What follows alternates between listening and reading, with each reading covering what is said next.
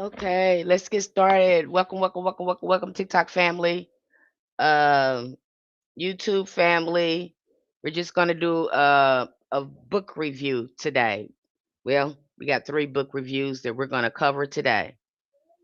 Okay, has anyone in the community had a chance, have a chance to open up the books that we have, the resources and things, looking at the articles, read anything in there?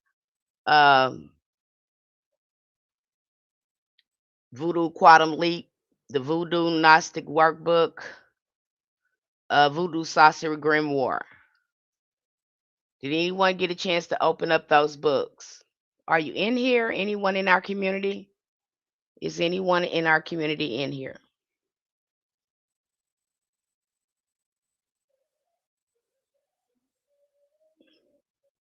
Welcome, TikTok family. Welcome, YouTube family.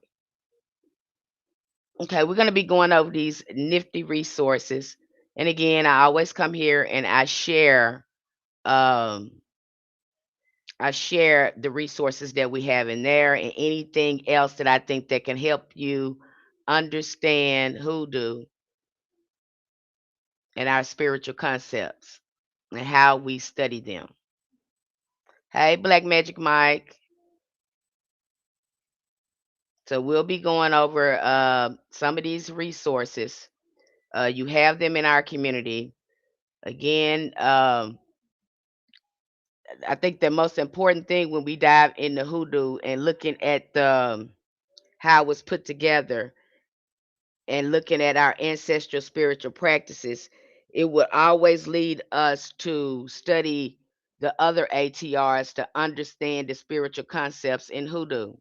And you will see hoodoo and voodoo cross each other. And I've heard it's been said that hoodoo and voodoo have been used interchangeably.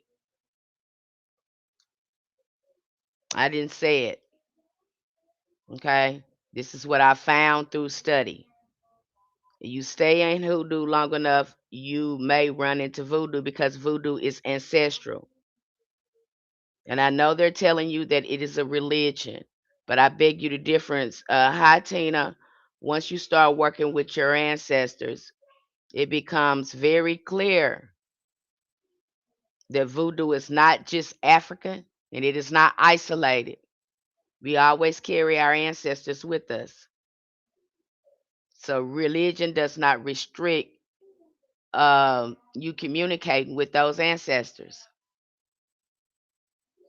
I know the way it's been presented to you. I have to keep saying that because I know that's been repeated so long, and people actually believe that initiation begins when you go into these religions, and that's not really so. Initiation begins when your ancestors, again, when uh, you initial contact with your ancestors and these with you. Okay, I know what you've been told. Okay, I know it's hard to come out here and say this because I know what you've been told, and it's been real big propaganda. But we also understand too, it's been real big propaganda too to put us out of our country into other countries, and people naming us other names and all that. So this should not surprise you when I'm telling you this. Okay, it should not surprise you. Voodoo is again, it's old. It's a very old thing. Now these are the names that's being given to it, but it didn't have a name before. Okay, so let's dive in here. The first book that we're going through is the books that we are reviewing today. The worlds of hoodoo and voodoo have always shared deep ancestral currents.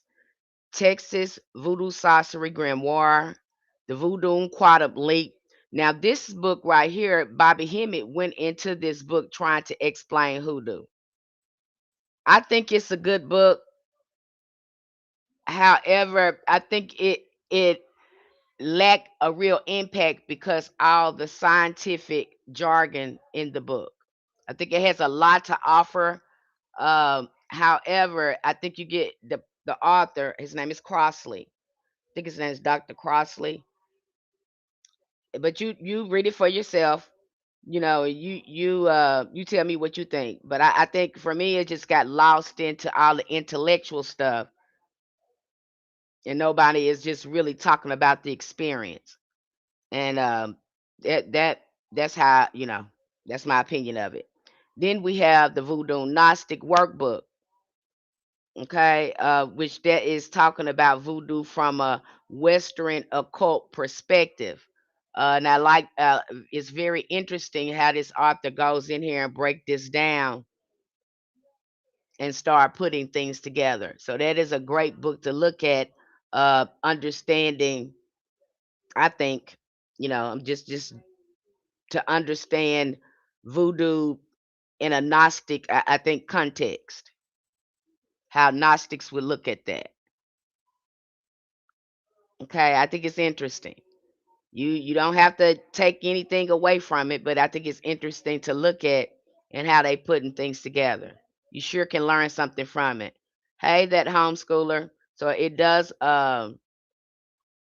deserve a read. Okay, so they're different faces of this same spiritual river. Though each book stands in its own lineage, they collectively reveal a tradition rooted in ancestral memory, cosmic attunement, and direct communication with the spirits. They all affirm that spiritual power is not inherited through hierarchy or priestly gatekeeping, but through personal alignment, intuition, and active dialogue with the invisible world.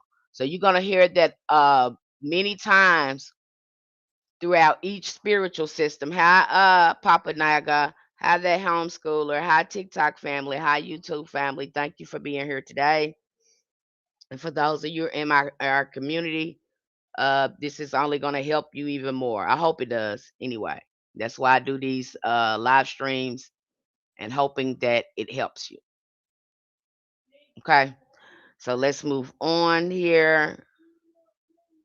Let's see. The Voodoo Sorcery. That's the one you got, I think, first. Now, this is a really good primer. This is a really good primer book to help you understand Southern Hoodoo.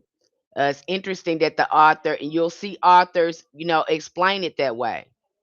And if you look into New Orleans voodoo, which you have there, because I think what is it, Queen Saints in the Saints Hoodoo book, you'll see that there. Okay, you'll see that there if you look at that book. But the Voodoo Sorcery Grimoire reflects a Southern Hoodoo and New Orleans Voodoo tradition, where magic is practical, results driven, and deeply connected to the old formulas that have circulated for generations. Many of the potions and sorceries within the grimoire stem from old New Orleans, a place where African, indigenous, and European currents fused into a unique magical culture. Okay, so you'll see that there. I hope you're reading the materials, and especially when I come to our spiritual practices, you will start seeing some. You'll have some aha moments and start putting things together. The book teaches that the hoodoo and voodoo have always been intertwined, bound by shared spirits, shared plant allies, and shared experience by invoking supernatural forces for protection, love, justice, and survival.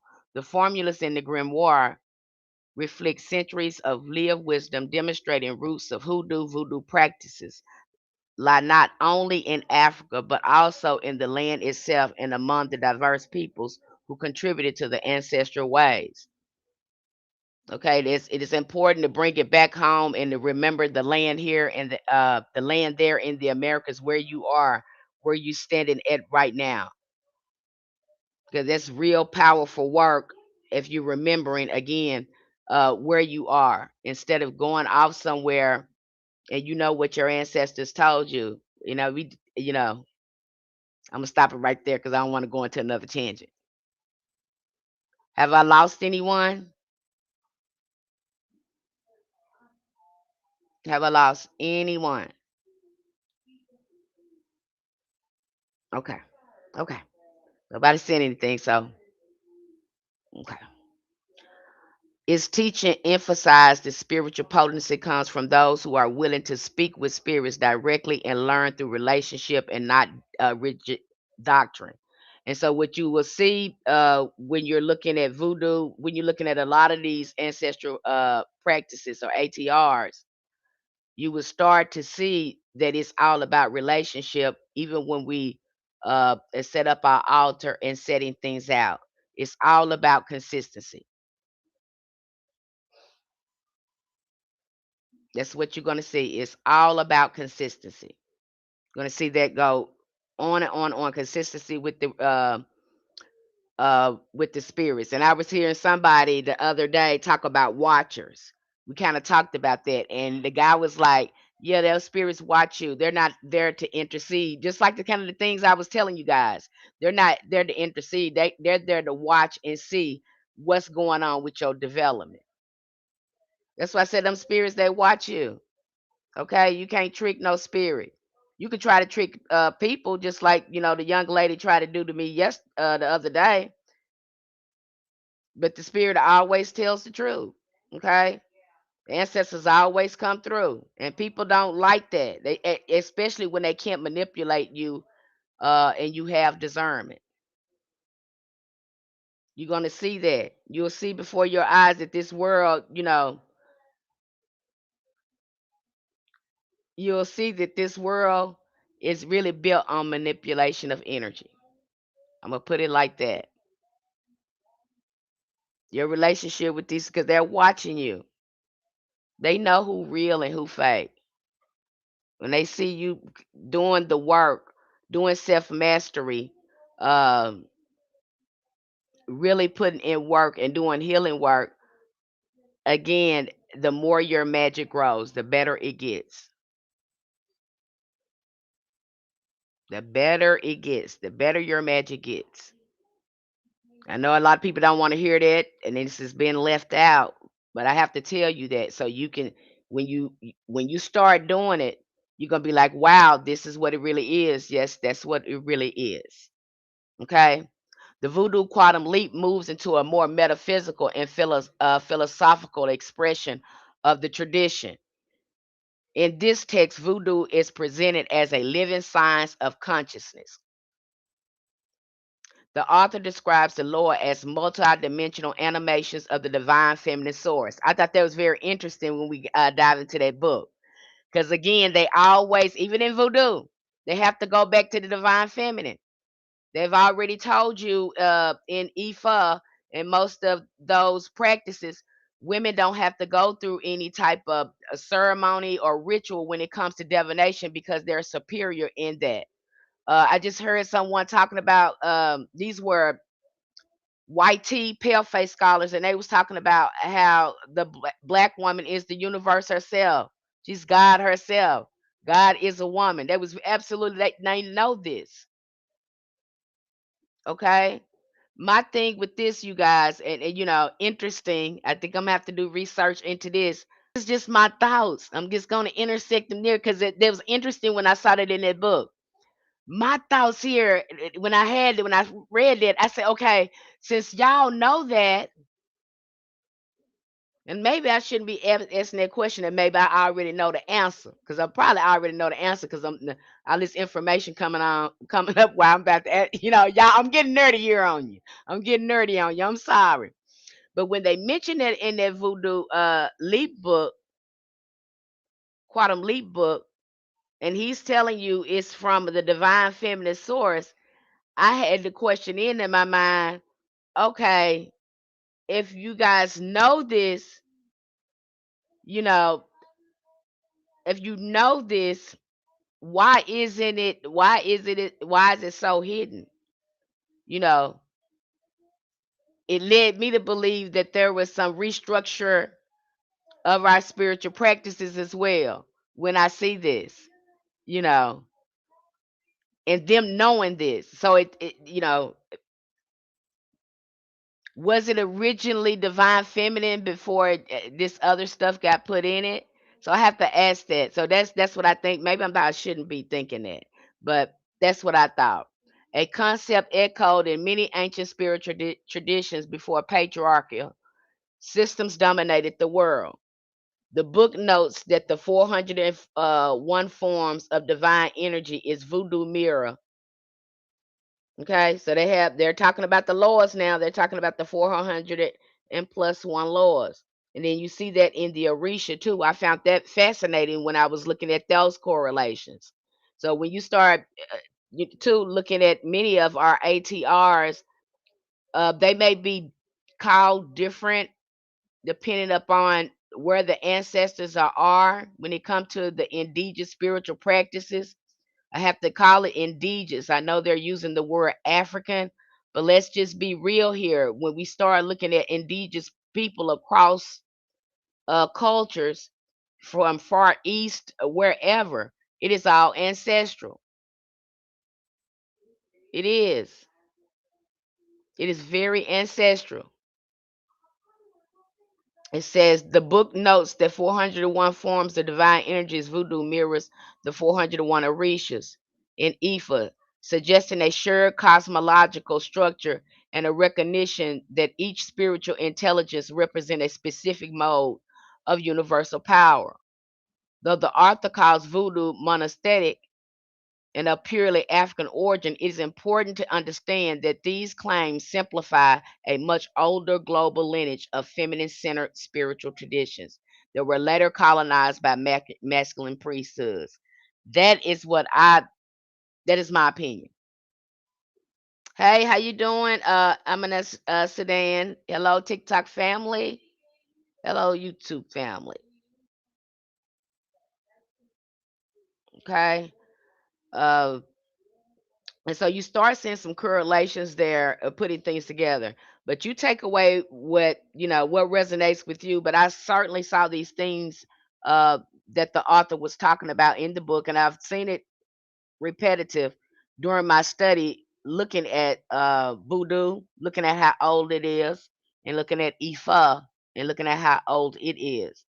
So there was definitely you start in the others, you see the other ATRs or any ancestral practice, you will start seeing some similarities. Are they all the same? I'm not saying I don't think they're all the same. That's not what I'm saying here. There's definitely some similarities there. Okay. But I definitely, in my opinion, looking at following hoodoo, you follow it, you read what the ancestors are saying because you got the books there. You will hear them mention voodoo up in there like it's interchangeable. And I'm just like, what? But you take away what you want to. Okay. You take away, it's going to be apparent to you if you be consistent and you're reading the material, really studying and applying it. Because in order to understand the spirits in hoodoo, at some point you will run into voodoo, especially if you're going to be working with the saints. It might happen. Okay, just my experience and what I've seen, in looking at the experience of others. Though the author, though the author calls voodoo monastic and purely African origin, it is important to understand that these claims simplify a much older global lineage of feminine-centered spiritual traditions that were later colonized by masculine priesthoods. In reality, women across the continents carried similar cosmologies when African people arrived in the Americas. Their traditions blended with indigenous spiritualities, creating a practice suited to the land, spirits present, and the needs of the people. So you'll hear in many of the voodoos, when you look at it, you're gonna hear over and over again, it's adaptable. It will evolve. Okay, you'll see that among our spiritual practices, especially in hoodoo, you'll see an on curring thing that they're going to tell you that it's adaptable.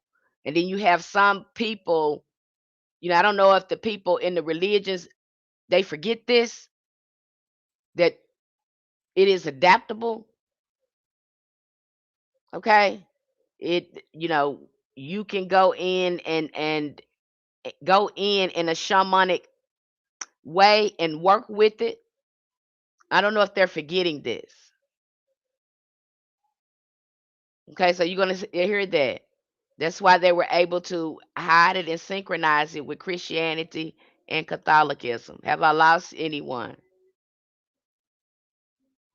I want to make sure I'm being clear. Does any Have I lost anyone? Do you understand what I'm saying?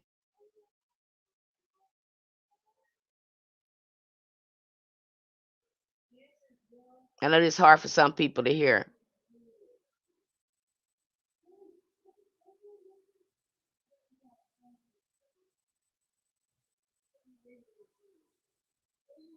Do you understand? Okay. Versus to what you see or what you've been told. Like I tell you, people, this world is built on manipulation. So people, you know, am I saying it's their fault? No. People like you get a lot of gatekeeping here. Not their fault. That's what they've been told. They like to divide things. They like to separate things. You'll see that all the time. Okay, people want to separate themselves. They want to be. You're seeing it right now. People are separating themselves, saying, "Hey, I'm this. I'm not that." You know, we want to separate ourselves. But the more you see the similarities and see the interconnection, that's it. Think people too know that everything is connected through consciousness. So let's just cut it out. Okay. If my mind can take me there, then I can have these experiences with these spirits. If my mind can take me there, again, this is about your inner world, what you create. No one can control your inner world and your imagination. No one can control it. And if these spirits, your ancestors, and I know you guys saying, what? What? I'm telling you the truth though. I know it sounds crazy. I know it sounds crazy. I know you guys saying, what the hell? Yeah, it's true. If your imagination take you there and all of a sudden you thinking about Oshun, or you all of a sudden you thinking about Ogun and you dreaming about them, or you thinking about Papa Leg, but he roll up in your dream or whatever, what does that mean? You know what I'm saying? You're all connected through consciousness. It can happen. You connected through bloodline, DNA, and consciousness. These archetypes live within you. So who is somebody else to tell you that you can't access this? See, these religions, I think they follow a sort of template because it's a business. You know, that's what I think it is. And then they got people worshiping them, some of these people up in there as well, because you kind of see that with the preachers and Jesus and all that. It is not so. I'm telling you, the less you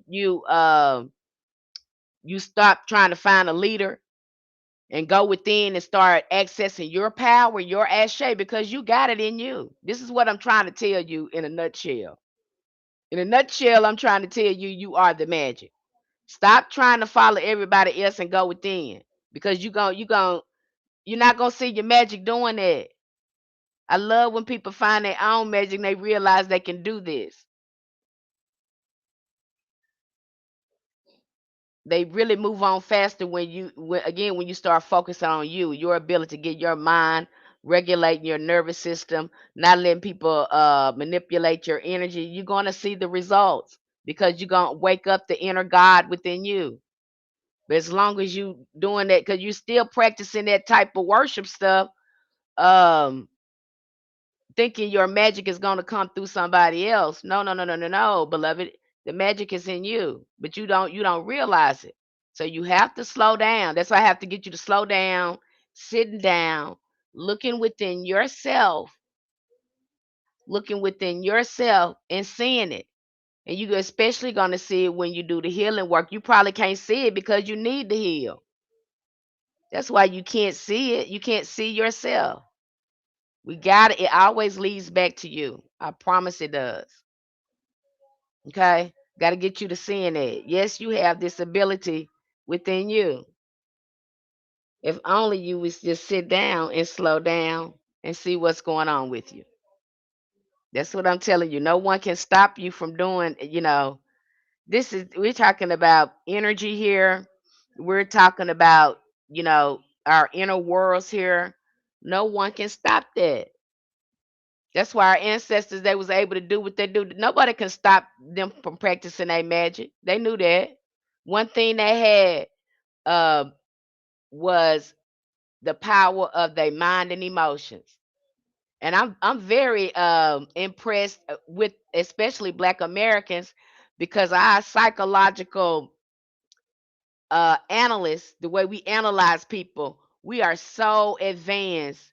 And I don't know if it's out of survival and we've had to live with crazy people for a long time, but we do a great job of psychologically analyzing others. We really do. Because we had to break down what was happening to us when we were in that. I was looking at the ancestors. What's her name? Francis Wilson. Francis, I'm probably saying that her name wrong. Uh, but the way she was breaking down the psychology of what was happening around us and the people that we were dealing with, it was just, I was like, oh my gosh, we were just so smart. We were on top of our game. We knew you knew what was going on with us. We knew these people. And I think that's what people don't like about us, because we can see in people's soul. That is really soul, and why they call us soul people. It makes sense. Looking at how our ancestors, are the only ones that can bring light to mess in their country. In the beginning, to remember things from a childhood, the magic within. That is correct. All right. So the magic is always in you. It's not outside of you. It's not in somebody else. It is inside you.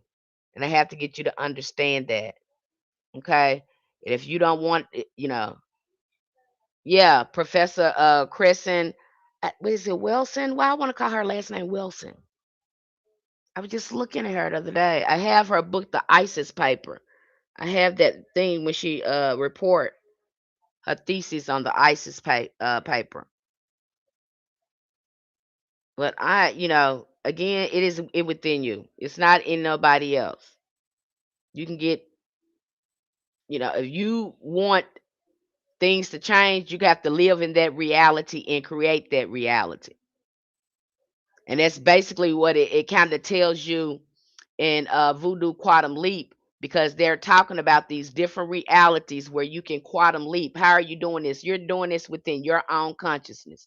You're able to travel back and forth through time. This is what path working is about. This is what shamanic journeying is about too. It's within your mind. No one has control of your mind but your imagination. That's where the magic is. If you can't see your work manifesting, if you know, you can't feel it manifesting, you can't imagine that it's manifesting, that's where you'll see the hangups. You get some people, they understand it physically, intellectually. I was hearing an author talk about this, that he was saying, I was doing the work, but I wasn't having as much progress as my other mentees. He said, I didn't know what was going on. And then he slowed down and he talked to his spirit guys, and the spirit guy said, you don't feel the magic. You intellectualize the magic. You intellectualize it. Yeah, you intellectualize it, but no, you don't feel it. And then that's when he started feeling his magic, instead of, staying in his head, but immersing his whole being in there. That's why it's so important, too, for people to get an emotional response out of you in the physical realm. Every time you giving them a high energy response, is such a, like I talked about this, anger, frustration, and things like that, they steal energy from you. I just went through this. I just, went through a little miniature spiritual warfare with a client with this. But yeah, they steal energy from you. So, and that's where it's magic at. Now, if we can only get control of that and bring that same energy in our magic, we start seeing results. But they are distracting us and manipulating our energy to a point where it throws us off, and we don't know how to use these tools. It'll make you upset because it takes you, slowing down and healing your nervous system to tap back in and start using your magic in a way, going back in there and stop letting people, manipulate your energy. They know what they're doing. And you have to call all your power back and get control of your mind and regulate your emotions and start putting that in your work. Because it's being highly manipulated. It really is. I can't tell you, I tripped out yesterday. It was kind of scary because it's still on my mind, you guys. It's kind of scary when the young lady got in my email and that thing, it was just like, hey, I hope I triggered you. I was like, oh my gosh, I was like, really? And I'm not bothered or mad or frustrated, but I hope you are. I was like, wow. So you're just going to tell me that's what you want to do to me. Okay. So you see these energies, they'll be bold. That's when the spiritual warfare really starts, when you're trying to get yourself right. You'll see it through family, you'll see it through friends. No, you didn't do anything wrong. You know, some of them, that's just how it is. They can see a light on you. And they know if they can get it, but I never bit. I'm proud of myself because at first, when I was caught in that with family members, not knowing what was going on and why, what's going on with me, and what's happening around me. When I slowed down and started looking at it, I was like, oh my gosh, this is a feeding frenzy off my energy. Again, these energy, your energy is being manipulated. You're losing power every time you react. You get frustrated, you get mad, you get upset, uncontrollably. It's okay to feel them, but reacting to them in a volatile way, uh, can really you'll lose your magic. It's hard as a Sagittarius not to bite back. It is, it is. And that young lady called me all types of stuff in them emails. She was calling me out. I was like, oh my god. But Ancestor said, look, I don't want, I've learned now not to react and say, we told you what it was. Now you're seeing it for yourself, you know. Then I worked with my ancestors last night and, did my work with them and constantly, they were reaffirming me, you're okay. You were right. Then I get to pulling my cards. They keep telling me your intuition on point, on point, on point. I couldn't make this stuff up. And the young lady, it was something because they try to take your power. The young lady was, uh, she was trying to take power, but she couldn't take it. Like, I don't know who I am. I know who I am. I know who I am. You don't know who I am. That's your issue. You don't know who I am. I know who I am. So you have to be careful with these type of energies. It was something to watch it and watch these spirits work through people. You think you're gonna see people. You think you're gonna be seeing ghosts and all this kind of stuff. I think it's more spooky to me is to see it operate through people. See these things operate through people, and it just trips you out. They mind be totally gone. You know, they be so focused in the drama. They so caught up in the drama. I don't know if they realize it or not, but you can see it in people. And we're gonna get ready to cover this again, the cleansing part in here. I don't know if you guys in our community have thoroughly read that Hoodoo cleansing book, so you understand how these spirits look. When we're talking about spirits, this is something that you understand because a lot of these spirits are manipulating your mind and emotions. This is how spirits communicate.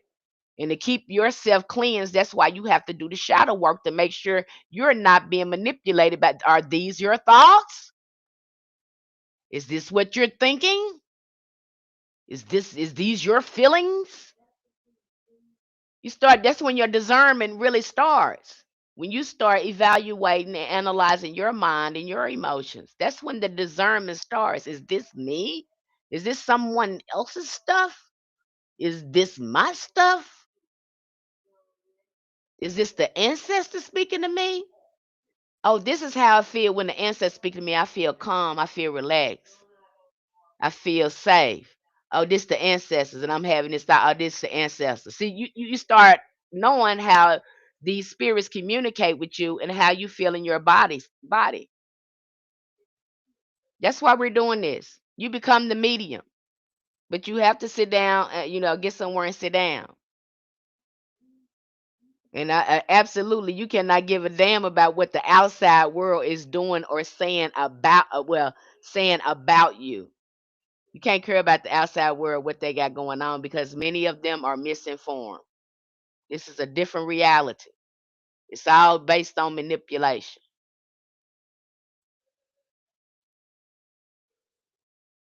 Hey, Gerald. So again, it's within you. I can't express that to you enough.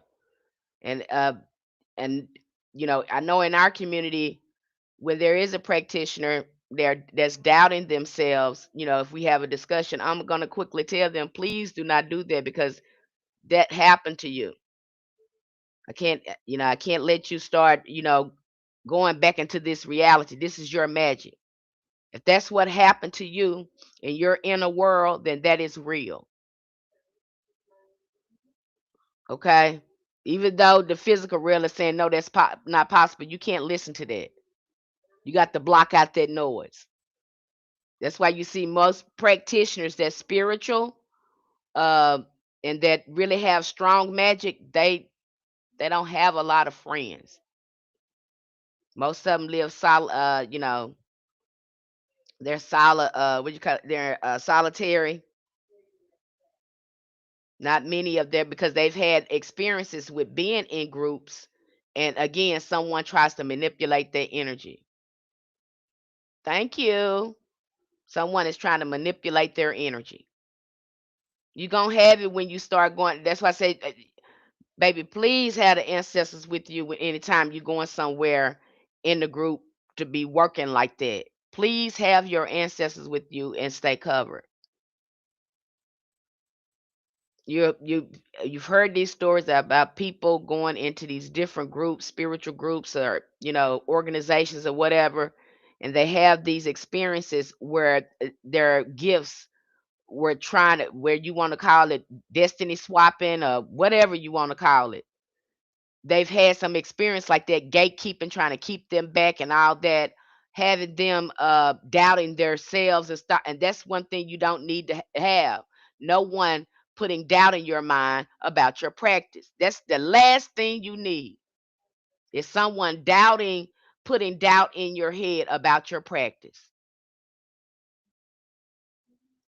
especially when they have given you the foundation, uh, and you're doing what you're supposed to do. You have someone that constantly is pointing out, you know, something is just never correct. You're never doing anything correct, or you know, their redirection, it puts doubts in your head. Question that. What are they getting out of that? Okay, you get a lot of that going on, and you get a lot of people that can't get their magic off the ground because somebody made them doubt, of just taking away their confidence, and that can ruin your magic.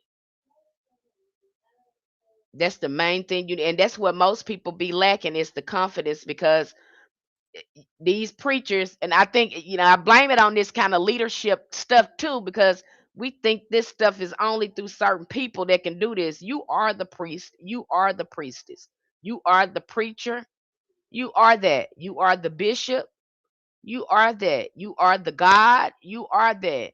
Got to get you going like that. Okay, you are the creator. Okay, I got to get you thinking like that. Stop listening to these people. They their own God. I don't know. They only taking your power and extracting your power. And do they have a place? Yes, I think they do have a place. I'm not saying they got a place, but for your spiritual development, you should be focused on you. If they're not helping you focus on you, then what good is it doing? The more you focus on yourself and work on yourself, the better these spirits gonna work with you. I promise. You probably be going to them saying, "I need $100,000." They said, okay, and it may not even be relatable. Why don't you heal your mother wound? You be like, what that got to do with anything? Well, that's stopping you from getting $100,000 because of this and this and this and this and this and this that got on you. That's how it's gonna connect. It's gonna trip you out. You're gonna think these blocks have nothing uh, to do with your magic, but in fact, they actually do. And you're gonna be thinking that something else. But when they talk to you and you start doing the work, you're gonna start seeing it for yourself. That's just how it works, guys. I'm not making this up. You'll have to see it for yourself when you actually start healing, and you'll hear uh, real practitioners talk about this. When the inner alchemy starts and the changes and transformation starts, the the reality is created, and it just happens when you get in alignment. Your magic just gets better. Okay. Same thing with you. Probably can't do $100,000 spell because hey, you got scarcity in there. You got a mother womb and all that. Then once you heal that, and then you go back and do that work, bam, all kinds of stuff happens. That's how this works. You think the problem is you can't get the $100,000, something is, going on. You might find out that it's an energy block within you. This how this works.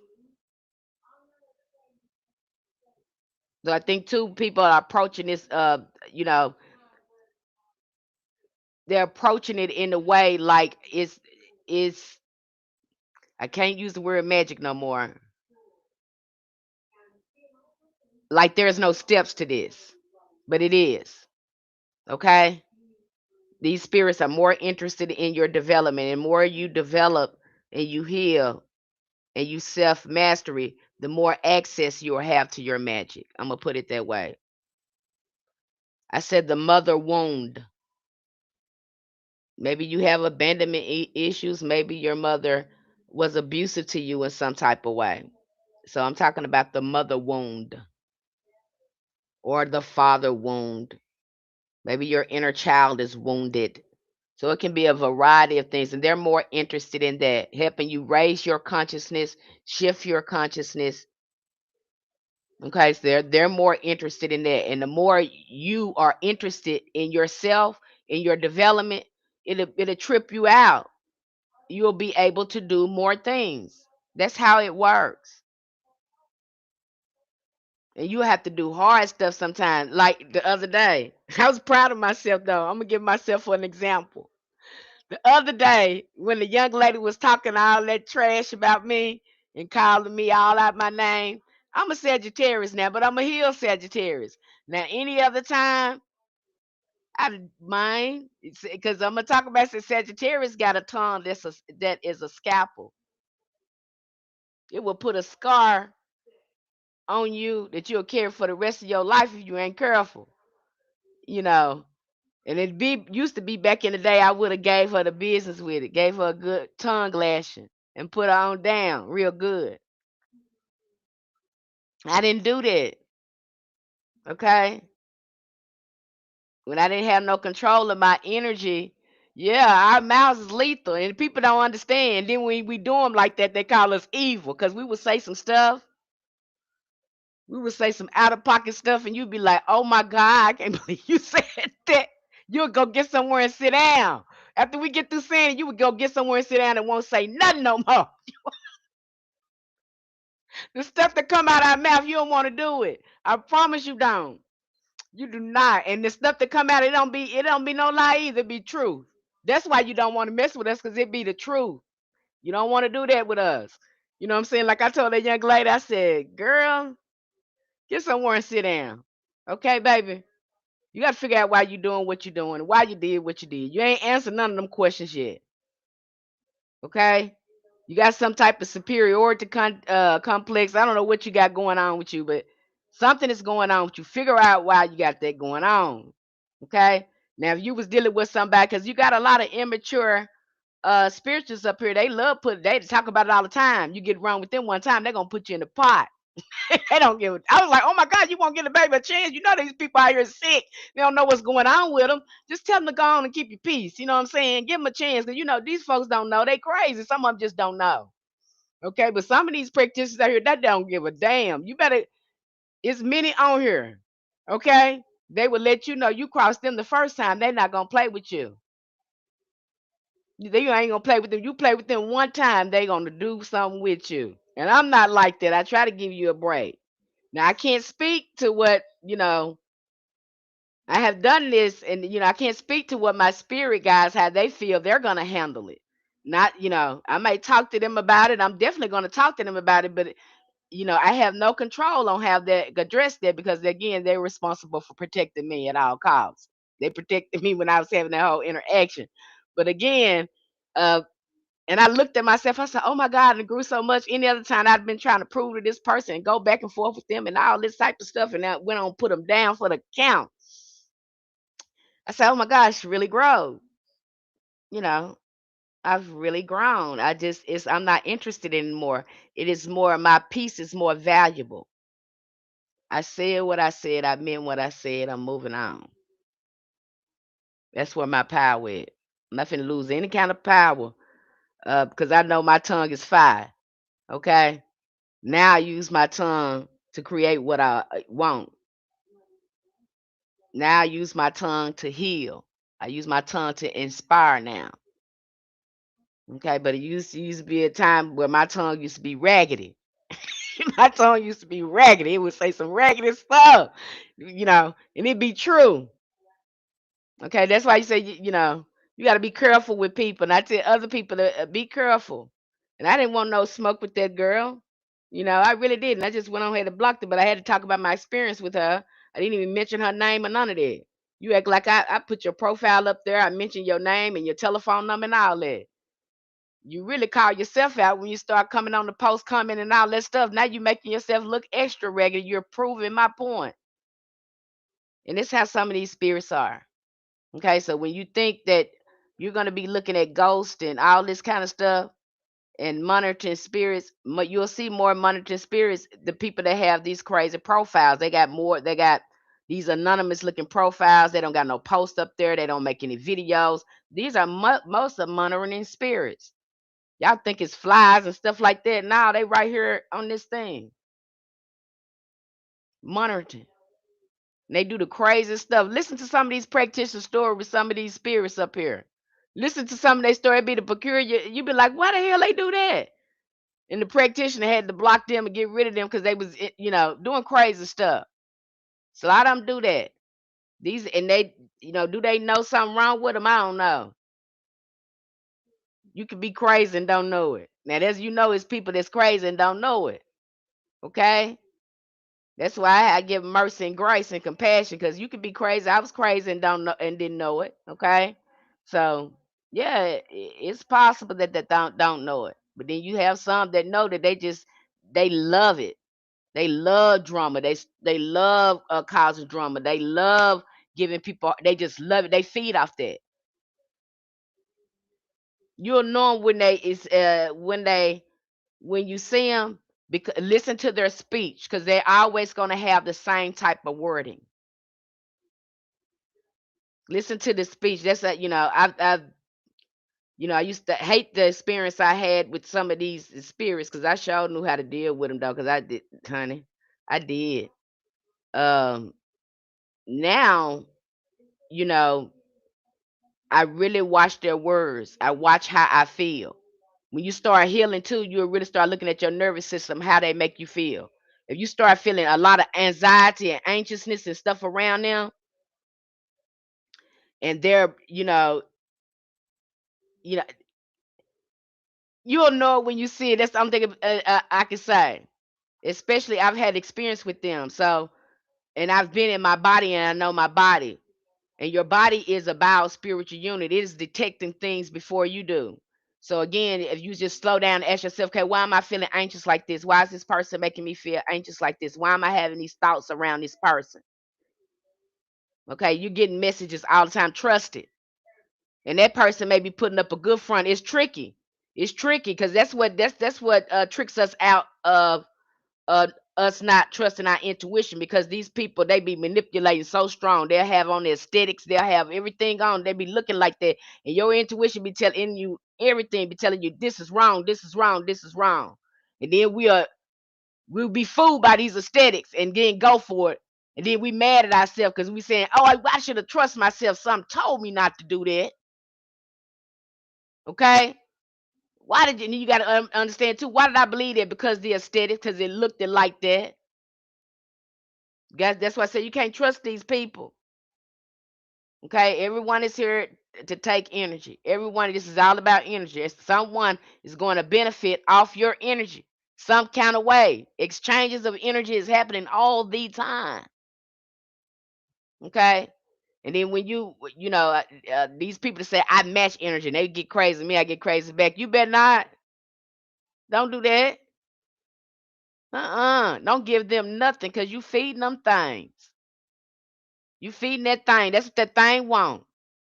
They get mad, honey, when you don't give them nothing and you stay pleasant and they ain't affecting you. Oh, they get real pissed off. Oh, they gonna turn it up a notch, because now it's finna turn in. This is what I've experienced this. Okay, when you walking away, they gonna really turn, because they, again, the thing is to get you a reaction so they can feed. Are they aware of that? You know, they said narcissists are aware of it because they do it so they can feel something. They can't feel nothing unless they make you upset.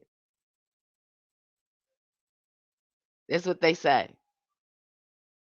Okay. But the thing is not to engage. And they get madder when you walk away. And you know what? When they get madder, you won. You won. Because they didn't get what they wanted.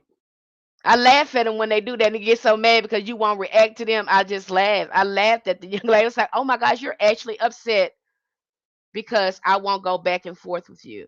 Because I block you and I refuse to go back and forth with you and let you play with me. I mean, do you know how that looks? That looks like, how dare you don't let me put my regular stuff on you and not let me feed off you and you react to me. How dare you won't let me find a way to trigger you and get you mad and make you doubt yourself. How dare you? That's how you sound. You see that when you start putting boundaries with people, they'll get upset because they can't manipulate your energy. That's why when I tell people when they first start their practice and they start really taking care of themselves and doing self-care and all of that stuff, um, really take and putting themselves first, because if for the first time in your life when you start, because Hoodoo is all about self-care. You got to be taking care of yourself. These spirits are watching you. They're going to match your energy. The universe is watching you, going to match your energy. You are the God, okay? So, again, if you're not doing self care, you're not taking care of yourself, protecting yourself, doing spiritual baths, just really self care, resting with yourself, sitting down, not in survival mode, just really thriving, okay? Pampering yourself. Your silence is power. Folks don't like that, okay? Silence is a lot of power in your silence as well. Taking care of yourself, the better you're going to function. The better, again, staying in alignment with peace, staying in alignment with these higher frequencies is going to make sure that you're always in alignment. And when a person can feed off you like that, it knocks you off alignment. And I know it's hard. I know you guys said, Miss Penny, that is hard because people be making you mad and pissing you off. And I know it's especially hard when you have to work with people or you in customer service. I know. That is the bet you have to take care of yourself. Your self-care got to be optimum then. If you know that's going on, it's got to be optimum. You're going to have to take mental health breaks and all that stuff. Spiritual baths and really spoil yourself and really get into it. You know you're gonna be around a whole bunch of raggedy folks, and you you gotta work with a whole bunch of raggedy folks, and you know that you got to really be fierce, like a warrior, a spiritual warrior, protecting yourself. And I don't care. Hell, I used to feel like I need to go to the job with spray bottle of Florida water, just spray folks in the face with the shit, cause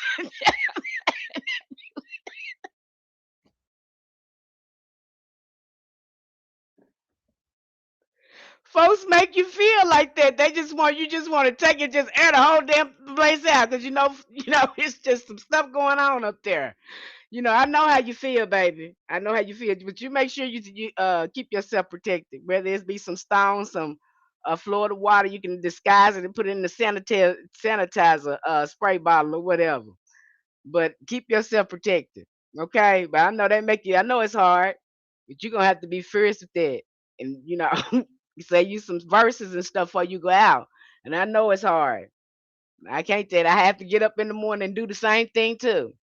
Okay. Just remember that you dealing with you dealing with these spirits out here that's working through a lot of these people. Okay, and it ain't they fault. Don't be kind of mad at them. Like I can't be mad at the young lady because I know she's sick. She don't know no better. Okay, she don't know no better. That's the way she's that's all she know right now. I get it. Okay. The book presents the human being as a compositive entity more complex than a physical body that modern science describes. It discussions of shadow matter and dark matter and multiple soul components parallels ancient Egyptian teaching on the subtle body. Now, when I was going through this Voodoo Egyptian leap quantum leap book, I'm telling you guys, you gotta look at this for yourself. And I was trying to find an interview with the author. There is no interviews with this author. I can't find anything on Dr. Crossley. Can't find anything. I think he's a Haitian. Know that he or she is Haitian. But I was really out because I really want to find get their thoughts on it. I love when I can get an interview on the author and people ask them questions because you get them to talk about deeper insights and what they were thinking when they were writing the book. What comes up. You really get a chance to know more about the book. But the scientific, you guys read it, okay? I just think that it was just too much intellectualizing and trying to forgetting. It was just too much intellectualizing and going out of its way to explain the energy of voodoo. Okay, I think it's especially I think when you get at it, it's just ancestral. Okay, it's energy, it's consciousness, and so I think we kind of lose the tone of what voodoo really is when, and he does, and I give him credit. He is trying to explain it from a scientific point of view. Uh, I give him credit. He did the best he could, but I just feel like that you kind of lose people when you're trying to lost me. Well, lost me. I'm trying to explain it that way. Okay. Hey, African no hyphen, but you read it, you might get something else different from it. Okay. It's discussion on shadow matter, dark matter, multiple soul components, parallels with ancient Egyptian teachings on the subtle body. Voodoo affirms that the soul is a multidimensional and can gain the spiritual components through rebirth in the eternal realm. The author describes a transpoetic vortex. Now that I understood. Now, when they were talking about trance states, because that's how we're going to go there, you guys, through the path working. We talk about obsidian mirrors, crystal balls.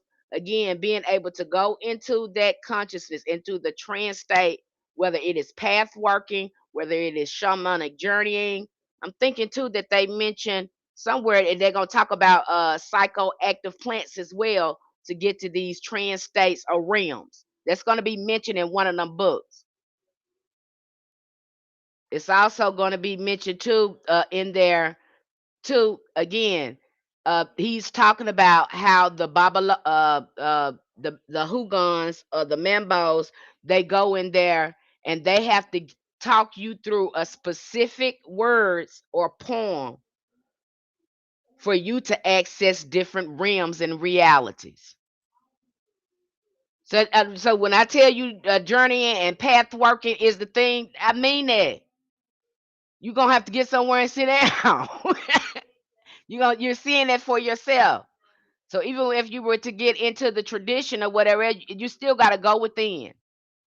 You saw that too in the book Ritual by Maladoma Somé. He was telling you in order to access those ancestral realms, they were going into deep meditation. They were walking him through the ancestral realm and telling him when he goes into that dimension that some of those ancestors he don't need to interact with. That's the way they have their path working set up to contact their ancestors. Go read the book.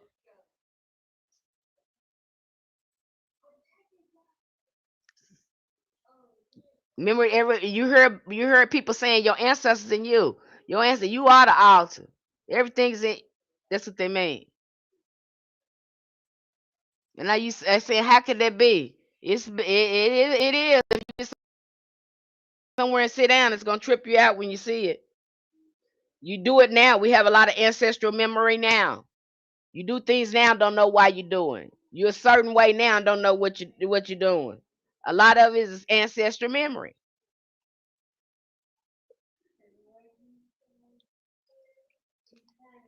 I've seen people do stuff in their practice that I don't do, and they was like, I don't know, I just feel like that's right, and that's why I do it that way. I be like, okay, because they're having an ancestral memory. I never stopped them if they say. I had one member say, I don't know, because she was perplexed why she was doing it. She tripped me out. She said, I don't know why I put salt on my altar, but some kind of way I thought salt. I felt like salt need to go on my ancestors' altar. It did. Do you think? Do you think I need to be doing that? I said, if you thought that it need to be up there, evidently it need to be on. She said, where did I get that from? I don't know, baby. She said, but that's what I put up there. We'll put it up there. But she was having an ancestral memory because she really believed and felt that. And you'll have that. It won't make sense because a lot of our stuff is claircognizance as well. Okay, we went over there in our ancestral memory, our ancestral magic book. But a lot of us DNA, we don't trust it. But you got to remember, you're going back to your natural state, the natural spiritual state. This is no longer religion. This is about you and your ancestors and your practice, about your walk with your personal relationship with God. This is your walk. If you want to call it your religion, it is your own religion, your own practice. That if you feel like that, and you'll get a lot of claircognizance, it will not make sense. What page are you on? I'm reading a brief summary of the book. I'm not on no specific page. But do you have a page you want to discuss? What is going on? Do you have a page you want to look over? What's going on here? Why is this doing this? That's crazy. Do you have if you want a specific page you want to talk about, then we can go over a page. But I'm not going over a specific page. I'm basically giving a brief summary of what's in the book. And the things that jumped out at me, I thought that was important. And then things that relate to the things that we've already covered that was in this book. So they definitely talking about again these trances. Okay, they're calling it a surrealist meditation where one enters an alternate universe, retrieves insight, then returns by unraveling the inner spiral. Although framed with scientific metaphors, this is essentially a shamanic soul flight or astral travel, a technique found worldwide among traditional healers, prophets, and spirit workers. So you're hearing him in the book. He's going to talk about this. He does a lot of too comparing to Hinduism. I find that you're going to find Hinduism too when people talk about voodoo. Okay, and then you start looking at Hinduism and the correlations between it. We already covered that. It's shocking. It's something I can tell you. It's shocking when you look at Hinduism and voodoo. It's shocking when you see it. And our ancestors were studying that. They were studying. They were looking at that. And my thing, I think it's ancestral memory. A lot of us have been discussing this among some of the practitioners We think it was some type of ancestral memory going on. Okay, so you'll see him mention that in the book when he's making comparisons with the rituals and things in voodoo. He compares it to the rituals and things that they have in Hinduism. You're gonna see the author compares that, and I've seen, and then again we've covered this where you see the parallels be presented to you several times when authors are talking about voodoo to give you a clear understanding of what's going on in the voodoo practice and how the pantheon is set up. And Hinduism is ancestral as well. It's something that and then you go back and looking at these people, ancient ancestors, you find out they were dark skinned people. There's some type of ancestral memory coming up, with that. That's my opinion. I'm just getting on which book. No, we did Voodoo Shaman the other day. Now we're looking at Voodoo Quantum Leap. I don't know if it should have posted yesterday, I think, or today. If it's today over there with you guys, yeah, you should got it today because y'all still on the 11th, so you should got it today. Okay.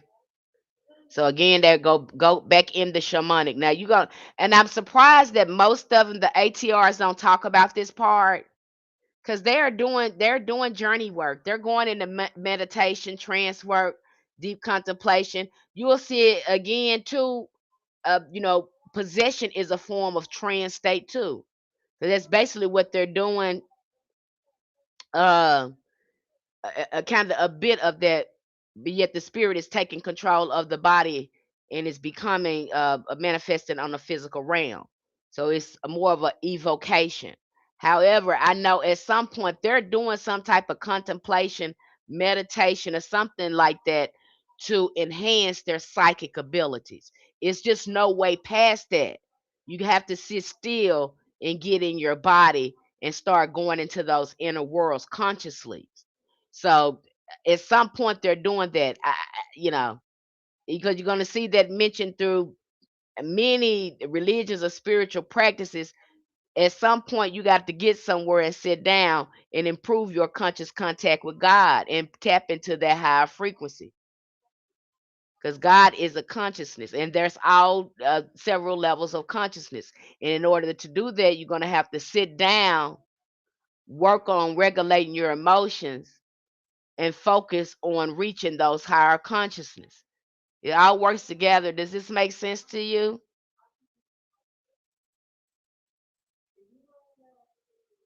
Yeah.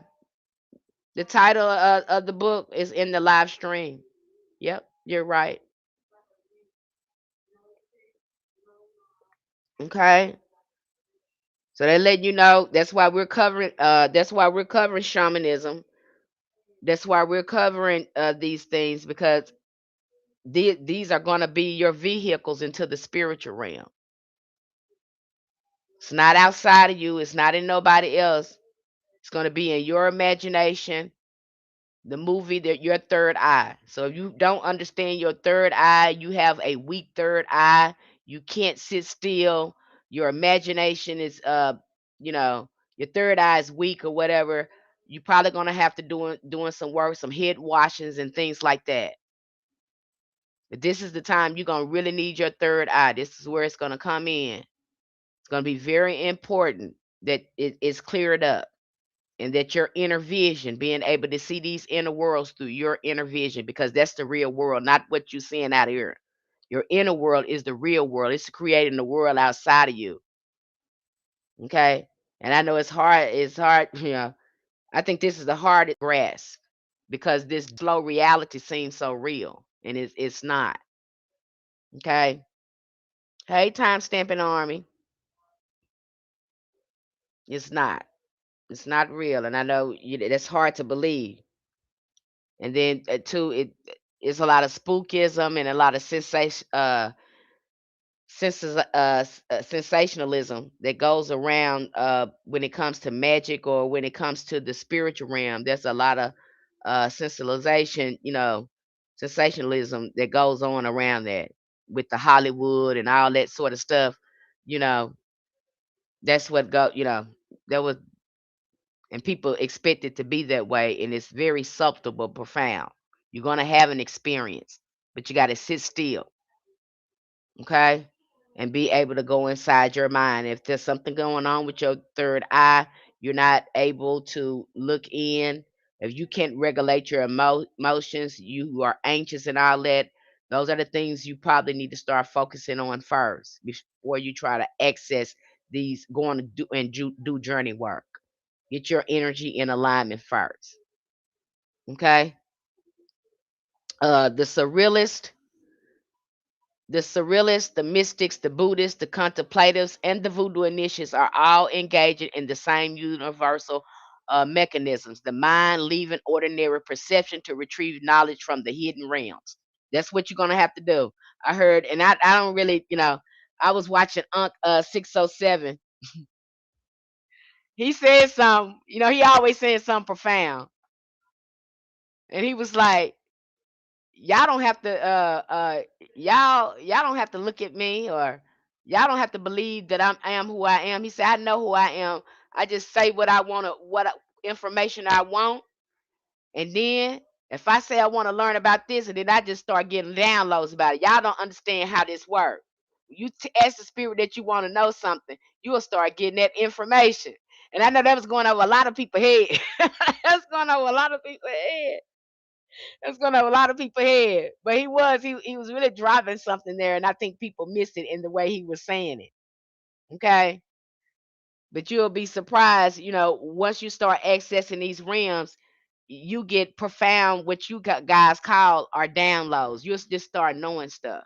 You don't know why you know it. You'll be able to retrieve information. You don't know why you know it. You just know it. It's because you're programming your mind. Again, you reprogramming your mind to have the ability to access the knowledge. The Voodoo Quantum Leap, Alternative Realities, Power, and Mystics, and Original by Crosley MD. Yep. Okay. So he's talking about how you can go into these different realities. But my thing here, I think Voodoo Shaman did a better breakdown of that. Yes, you can experience different realities, and you can quantum leap by doing journey work. I just like the way it was worded. It was just so plain with a little scientific understanding there in there. But I think the author is trying to really legitimize voodoo as a science, and you can't really. This is something you have to experience. That's why it's so hard to put it into words. It's because it's based on experience. Most of us, when we start looking, we've had a spiritual experience.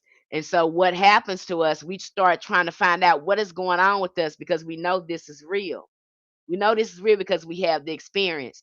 And what really solidifies what happened to us is being able to hear someone else's testimony about their experience.